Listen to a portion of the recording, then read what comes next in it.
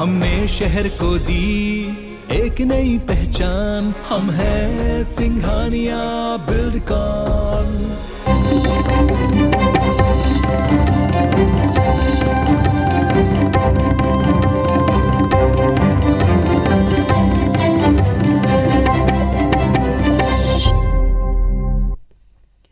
नमस्कार, स्वागत है आप सबका। मैं हूं पुनीत पाठक। मध्य प्रदेश की दिन भर की बड़ी खबरें विस्तार से जानने का वक्त है। शुरुआत एक बड़ी खबर जो आ रही सिंगरौली से।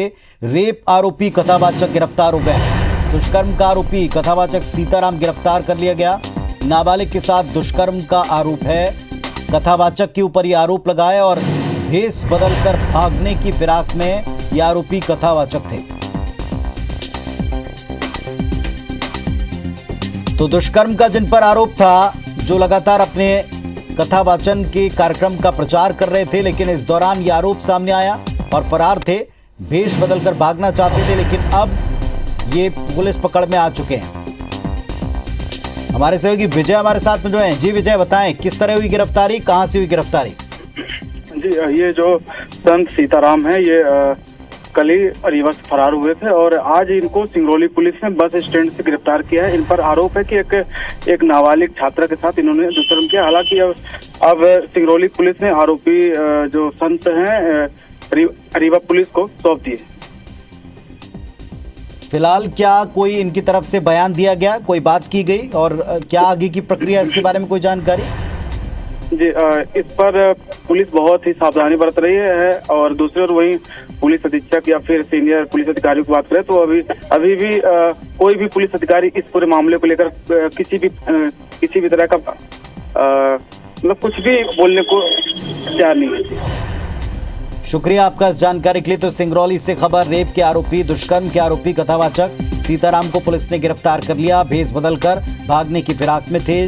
मामला हाई प्रोफाइल है। पुलिस भी इस मामले में अभी ज्यादा जानकारी नहीं दे रही, लेकिन भेष बदलकर भागने के दौरान ही आरोपी कथावाचक को धरा है, पुलिस ने गिरफ्तार किया है।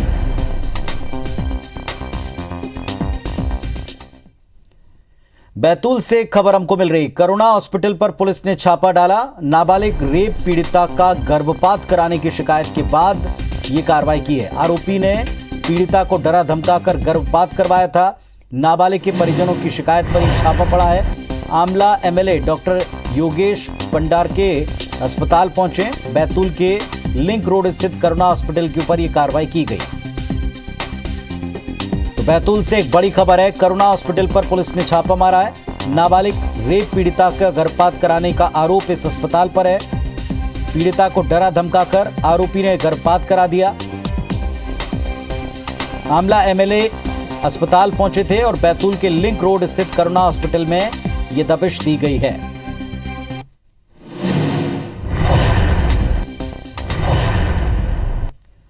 मध्य प्रदेश के मुख्यमंत्री शिवराज सिंह चौहान ने आज बुरहानपुर जिले में जल जीवन मिशन की शुरुआत की और इसके साथ ही बुरहानपुर प्रदेश का पहला जिला बन गया जहां 100% घरों में नल से जल पहुंच रहा है। घर में टोटी वाला नल लगा के पीने के पानी को देने का सपना साकार हो गया है। आप सबको बहुत बहुत बधाइयां। बुरहानपुर जिला मध्य प्रदेश का पहला 100% घरों में नल कनेक्शन वाला पहला जिला बन गया है। मुख्यमंत्री शिवराज सिंह चौहान ने जिले के खड़कोद में आयोजित कार्यक्रम में जल जीवन मिशन का लोकार्पण किया। सीएम शिवराज जल महोत्सव कार्यक्रम में सिर पर जल कलश लेकर पहुंचे। इसके बाद कन्याओं का पूजन किया। इसी दौरान उन्होंने 75 योजनाओं का लोकार्पण और भूमि पूजन भी किया। जल जीवन मिशन के तहत 167 पंचायतों के 254 गांवों में घर घर नल से जल पहुंचाने वाला बुरहानपुर प्रदेश का पहला जिला बन गया है। जिले को हर घर जल जिला घोषित किया गया है। कार्यक्रम को संबोधित करते हुए मुख्यमंत्री ने कहा कि गांव-गांव में जल समितियां बनाकर जल बचाने के काम में सभी लोग लगे हुए हैं। जो भी पानी रोकने की रचना बन सके इन गर्मी के दिनों में बना डालो। हम ये संकल्प लें कि अपने गांव में जैसी परिस्थिति हो, चेक डैम, स्टॉप डैम जहां बन सकते हो वहां बना के पानी रोकेंगे। मुख्यमंत्री ने ये भी कहा कि गरीबों की थाली खाली नहीं रहने दी जाएगी। केंद्र और राज्य सरकार का मिलाकर प्रति व्यक्ति 10 किलो राशन मिलेगा। 7 अप्रैल को फिर से अन्न उत्सव मनाया जाएगा और हर राशन दुकान पर ये कार्यक्रम होगा। कोई गरीब को तकलीफ नहीं होनी चाहिए। 5 किलो मोदी जी का, 5 किलो मामा का, एक व्यक्ति को 10 किलो, 5 का परिवार है तो 50 किलो राशन मिलेगा। गरीब की थाली खाली नहीं रहेगी। दरअसल गर्मी के हर सीजन में प्रदेश के कई इलाकों में पेयजल की भारी किल्लत होती थी। उसी से निपटने के लिए मुख्यमंत्री जल संरक्षण पर काफी जोर दे रहे हैं और उनकी ये कोशिश रंग लाती भी दिख रही है। Bureau report, IBC 24, Burhanpur. Rewa में प्रदेश व्यापी रोजगार दिवस कार्यक्रम का आयोजन किया गया, जिसमें सीएम शिवराज सिंह चौहान ने प्रदेश के 3,33,000 युवाओं को रोजगार और स्वरोजगार योजनाओं की सौगात दी। जिसके बाद सभा को संबोधित करते हुए उन्होंने रीवा में बन रहे एयरपोर्ट के विस्तार पर विशेष जोर देने की बात कही है। साथ ही विंध्य क्षेत्र में सबसे ज्यादा हो रहे गेहूं उत्पादन की सराहना की। सीएम ने कहा कि गेहूं उत्पादन में विंध्य क्षेत्र पंजाब को भी पीछे छोड़ रहा है। इसके अलावा मुख्यमंत्री शिवराज ने सीएम राइज स्कूल समेत कई विषयों पर जनता से संवाद किया। पूरे मध्य प्रदेश में 3,33,000 बेटा बेटियों को स्वरोजगार के लिए लोन दिया जा रहा है, उनको काम धंधे से लगाया जा रहा है। मैं आज पूरे प्रदेश के बच्चों से कहना चाहता हूं, रोजगार अगर देना है तो अलग अलग तरीके हैं। पचमढ़ी में शिवराज सरकार के मंथन और जबलपुर ग्वालियर में बीजेपी संगठन के चिंतन के बाद अब गुरुवार को राजधानी भोपाल में बीजेपी का महामंथन होगा। बैठक को लेकर जबलपुर पहुंचे मंत्री गोपाल भार्गव ने कहा कि 5 साल और साल के 12 महीने Bharatiya Janata party election mode में रहती है, लिहाजा 2023 से पहले बैठकों के इस दौर पर किसी को कोई हैरत नहीं होनी चाहिए। भार्गव ने कहा कि लगातार चिंतन मंथन से सत्ता और संगठन में गतिशीलता आती है। कल की बैठक का भी यही मकसद है। भार्गव ने बताया कि बैठक में श्रद्धा और समर्पण निधि संग्रहण अभियान की समीक्षा होगी। समर्पण निधि अभियान पर कांग्रेस के आरोप पर मंत्री गोपाल भार्गव ने जवाब दिया। तो सरकार निरंतर जब विचार विमर्श करती है, चिंतन मनन करती है, तो गतिशीलता बढ़ती है और वो राज्य के हित में होता है सृजन करना। ऐसी पार्टी का, हमारे संगठन का भी काम है। मध्य प्रदेश में सरकार के बाद अब बीजेपी संगठन चुनावी मोड में है, चुनाव की तैयारियों में जुटा है। भोपाल में गुरुवार को बीजेपी संगठन की अहम बैठक होने वाली है, जिसमें मुख्यमंत्री शिवराज सिंह चौहान, राष्ट्रीय संगठन महामंत्री शिव प्रकाश, प्रदेश प्रभारी मुरलीधर राव, बीजेपी प्रदेश अध्यक्ष वीरी शर्मा, सभी प्रदेश पदाधिकारी, प्रदेश सरकार के मंत्री, जिला अध्यक्ष भी शामिल होंगे। बैठक में हाल ही में बदले गए प्रदेश संगठन महामंत्री सुहास भगत को औपचारिक विदाई दी जाएगी। बीजेपी का बूथ पर सबसे ज्यादा फोकस है। 10% वोट बढ़ाने के लिए इस बार चुनाव में नया प्रयोग होगा, जिसमें जिला महामंत्रियों से एक महामंत्री को बूथ का संयोजक बनाया जाएगा। सभी बूथों के मैनेजमेंट की जिम्मेदारी वो संभालेगा। इसके अलावा बैठक में बीजेपी के कार्यक्रमों के साथ समर्पण निधि को लेकर चर्चा होगी। 31 तारीख की जो बैठक है, इसमें जो हमारे एक महत्वाकांक्षी कार्यक्रम बूथ विस्तारक का हुआ है, उसकी समीक्षा होगी, समर्पण के कार्यक्रम की आगे की चर्चा होगी और साथ ही 6 अप्रैल और 14 अप्रैल, 6 अप्रैल पार्टी का स्थापना दिवस, 14 अप्रैल डॉक्टर अंबेडकर जी की जयंती के अवसर पर जो हमारे राष्ट्रीय स्तर पर जो कार्यक्रम होते हैं, उनकी तैयारी, इसके साथ ही कुशाभाऊ ठाकरे जी की जन्म शताब्दी पर जो हमने कार्यक्रम तय किए हैं, उन पर विस्तृत चर्चा होगी। खंडवा लोकसभा चुनाव के दौरान कांग्रेस बगावत कर बीजेपी का दामन थामने वाले बड़वा से विधायक सचिन बिड़ला की विधायकी पर अब तक सस्पेंस है। कांग्रेस विधायक रवि जोशी ने सचिन बिड़ला की सदस्यता खत्म करने को लेकर आवेदन दिया है। सुनवाई के बाद विधानसभा अध्यक्ष ने फैसला सुरक्षित रखा। याचिका पर 23 अप्रैल को विधानसभा अध्यक्ष फैसला दे सकते हैं।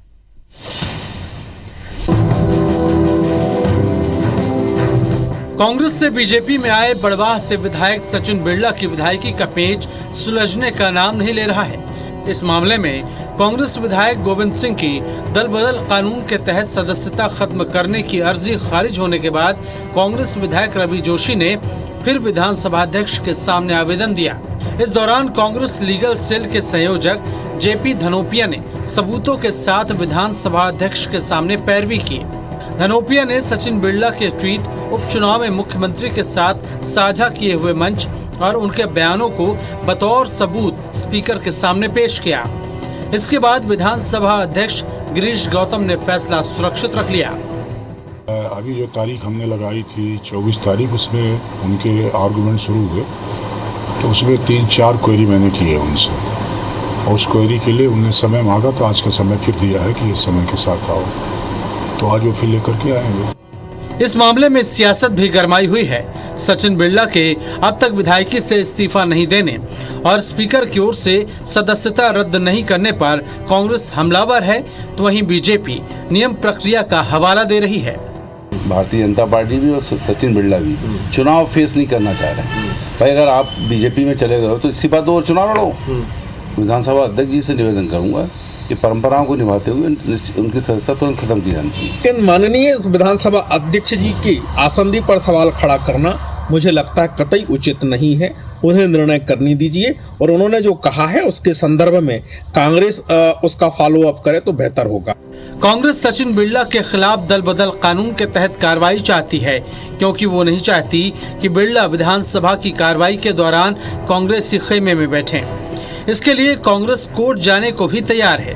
फिलहाल गेंद विधानसभा अध्यक्ष के पाले में है। विवेक पटैया, IBC 24 भोपाल। मध्य प्रदेश में विधानसभा चुनाव से पहले कर्मचारी संगठनों की मांग सरकार के लिए चुनौती बन चुकी है। तकरीबन 10 लाख से ज्यादा कर्मचारी अधिकारी अलग अलग मांगे आने वाले समय में बीजेपी सरकार के लिए पहाड़ जैसी मुसीबत बन सकते हैं। जिंदाबाद जिंदाबाद,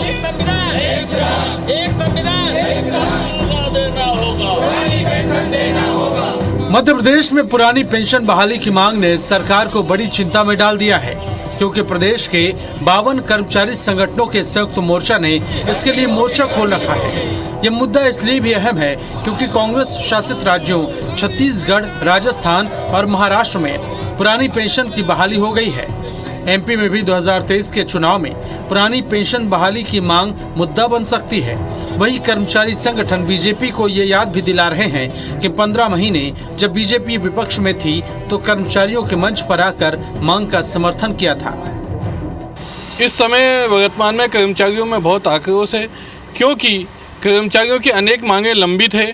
हम मध्य प्रदेश शासन से मांग करते हैं कि मध्य प्रदेश के चाहे संविदा हो, चाहे दैनिक वेतनभोगी हो, नियमित कर्मचारी सभी की मांगों का निराकरण किया जाए। पुरानी पेंशन बहाली के अलावा महिला बाल विकास विभाग के सुपरवाइजर नियमितीकरण और परियोजना अधिकारी ग्रेड पे बढ़ाने की मांग कर रहे हैं। प्रदेश के 16,000 पटवारी वेतन विसंगति दूर करने की मांग कर रहे हैं। सरकारी कॉलेजों में कार्यरत 3,891 अतिथि विद्वान लंबे अरसे से नियमितीकरण की मांग कर रहे हैं। संविदा कर्मचारी भी नियमितीकरण की मांग कर रहे हैं। वहीं आशा, उषा और आंगनबाड़ी कार्यकर्ता सहायिका वेतन बढ़ाने की मांग लेकर कई बार आंदोलन कर चुके हैं। चयनित शिक्षकों समेत भर्ती परीक्षाओं में चयनित अभ्यर्थी भी सरकार के खिलाफ आए दिन आंदोलन छेड़ रहे हैं। ऐसे में कर्मचारियों की नाराजगी का सियासी फायदा कांग्रेस ले रही है। वहीं बीजेपी सरकार को कर्मचारी हितैषी बता रही है। आज हर वर्ग आंदोलन कर रहा है, लेकिन सरकार उनका मजाक उड़ा रही। आप देखें, चयनित शिक्षकों ने मुंडन कराया, लगातार धरना दे रहे हैं, सरकार का ध्यान नहीं, सरकार पचमढ़ी में बैठी है।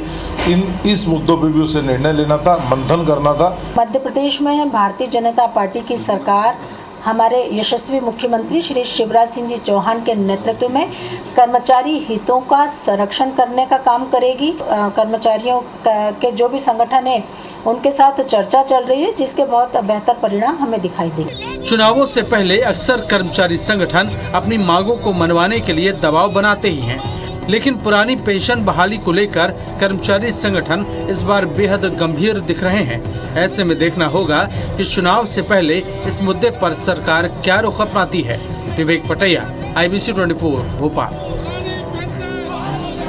मध्य प्रदेश में बीजेपी ने चुनाव से 1.5 साल पहले अपने दलित एजेंडे पर काम शुरू कर दिया है। भारतीय जनता पार्टी इस बार मध्य प्रदेश में अंबेडकर जयंती के बहाने दलितों को साधने की कोशिश में लगी है। पिछले चुनाव में दलित वोटर्स ने बीजेपी का साथ नहीं दिया था, इसीलिए बीजेपी इस वोट बैंक में 10% वोट बढ़ाने की तैयारी में है। इसके लिए भारतीय जनता पार्टी में बैठकों का दौर शुरू है। भोपाल में बीजेपी प्रदेश दफ्तर में अनुसूचित जाति मोर्चा की बैठक हुई, जिसमें 14 अप्रैल को अंबेडकर जयंती पर भोपाल के जमूरी मैदान पर होने वाले दलित महाकुंभ की तैयारियों पर बात हुई। इस बैठक में बीजेपी प्रदेश संगठन महामंत्री हितानंद शर्मा, अनुसूचित जाति मोर्चा अध्यक्ष कैलाश जाटव शामिल हुए। मोर्चा के प्रदेश पदाधिकारियों और जिला अध्यक्षों को जिम्मेदारियां सौंपी गईं।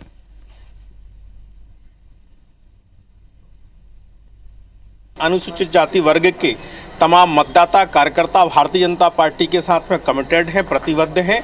हमें अलग से साधने की जरूरत नहीं है, क्योंकि सबसे ज़्यादा कार्यकर्ता, सबसे ज़्यादा जनप्रतिनिधि इस वर्ग के भारतीय जनता पार्टी के हैं और यही उद्देश्य को लेकर अब आगे आने वाले समय में संगठन पर्व के तहत कार्यक्रम भी हाथ में लिया जा रहा है। सीएम शिवराज सिंह चौहान के शहरों का गौरव दिवस मनाए जाने के ऐलान के बाद उज्जैन का स्थापना दिवस हिंदू नववर्ष गुड़ी पड़वा के दिन मनाया जाएगा, जो कि इस साल 2 अप्रैल को हो रहा है। कैबिनेट मंत्री और विक्रमोत्सव आयोजन समिति अध्यक्ष मंत्री मोहन यादव ने बताया कि 2 अप्रैल को चैत्र नववर्ष प्रतिपदा के मौके पर गौरव दिवस मनेगा। वहीं 9 दिवसीय विक्रम उत्सव का समापन भी होगा, जिसमें सीएम शिवराज सिंह चौहान शामिल होंगे। क्षिप्रा नदी के तट पर मशहूर गायक कैलाश खेर और कवि मनोज मुंतसिर प्रस्तुति देंगे। विक्रमोत्सव में अलग अलग दिन कई तरह के सांस्कृतिक आयोजन होने हैं। वहीं समापन पर सीएम शिवराज सिंह प्रतिभा सिंथेटिक्स फैक्ट्री के भूमि पूजन को अंजाम देंगे। इस फैक्ट्री के बनने से प्रदेश में 5000 लोगों को सीधे रोजगार मिलेगा।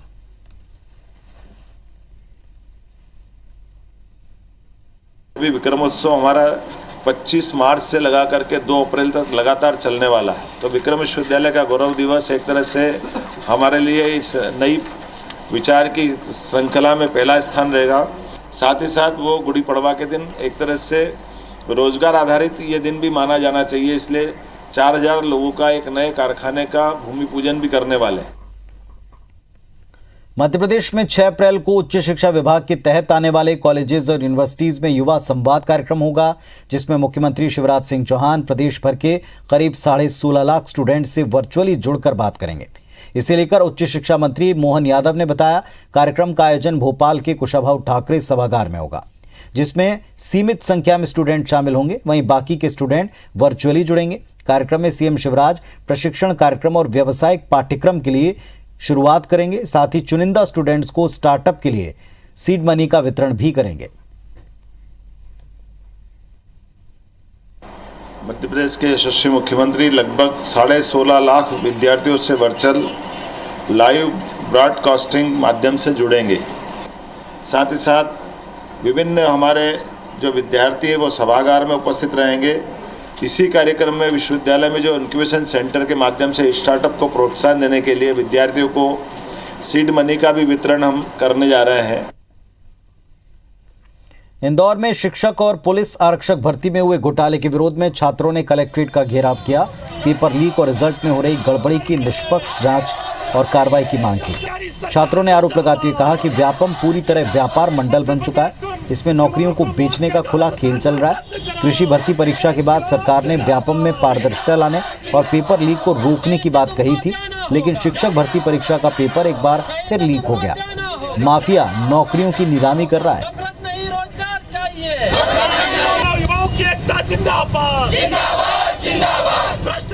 युवाओं की नौकरियों को पैसे देकर बेचा जा रहा है और लगातार जो व्यापम है वो भ्रष्टाचार का गढ़ बन चुका है। उसमें एक के बाद एक नौकरियां बेची जा रही है। हमारी आज मांग है कि आप व्यापम को पूर्णतः बंद कीजिए, इसका नाम बदलने से कुछ नहीं होगा। छात्रों ने आज एक विभिन्न परीक्षाओं में जो व्यापम से आयोजित की गई थी उनमें गड़बड़ी होने के संबंध में एक ज्ञापन दिया है, जो कलेक्टर महोदय के माध्यम से उचित कार्रवाई के लिए प्रेषित किया जा रहा है। तो इस बुलेटिन में फिलहाल इतना ही। खबरों अपडेट्स के लिए आप देखते रहें IBC 24। नमस्कार।